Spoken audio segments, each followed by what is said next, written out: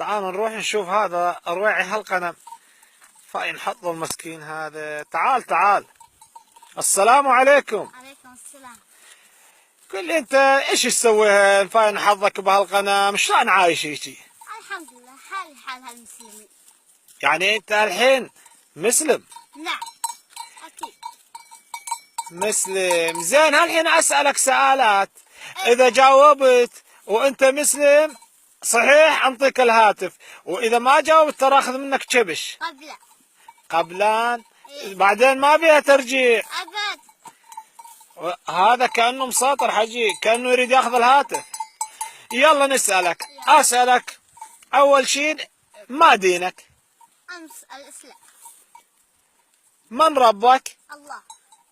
ومن نبيك؟ محمد صلى الله عليه وسلم. محمد. ما كتابك؟ القرآن الكريم. ما قبلتك؟ الكعبة.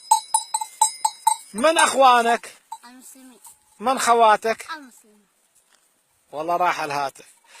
تعرف اركان الاسلام؟ نعم. اركان الاسلام شقد؟ 5. 5. اولا؟ الشهادتين. ثانيا؟ الصلاة. ثالثا؟ الزكاة. رابعا؟ الصيام.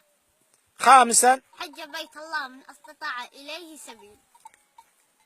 راح الهاتف. زين اركان الايمان تعرفين؟ نعم. كم ركن؟ 6. 6. ايش يقول انت نشوف؟ الإيمان بالله تعالى وملائكته وكتبه ورسله والقضاء خيره وشره واليوم الآخر. جزاك الله خير. والله راح الهاتف. اسمع خل نسأله النوبلة يروح الهاتف. زين اخوي تعرف نسب نبيك؟ نعم. من هو؟ هو نبينا الكريم محمد بن عبد الله بن عبد المطلب بن هاشم بن عبد المناف بن قصي بن كلاب بن مرة بن كعب بن لؤي بن قالب بن فهر بكافي يا ابن حلال. هذا وصلتني على اسماعيل عليه السلام. زين اسألك انه امه من هي؟ آمنة بنت وهب بنت عبد المناف بنت زهرة. الله يجزاك بالخير. ضيعنا راح الهاتف. زين اخوي اسألك انه منهم اصحاب المبشرين بالجنة؟ هم 10. أولا أبو بكر الصديق، ثانيا عمر بن الخطاب، ثالثا عثمان بن عفان، رابعا علي بن أبي طالب، خامسا زبير بن العوام، سادسا عبد الرحمن بن عوف، سابعا سعد بن أبي وقاص، ثامنا سعد بن زيد، طلحة بن عبد الله، أبو عبيد الجراح. الله يجزاك بالخير. ضيعتني راح الهاتف.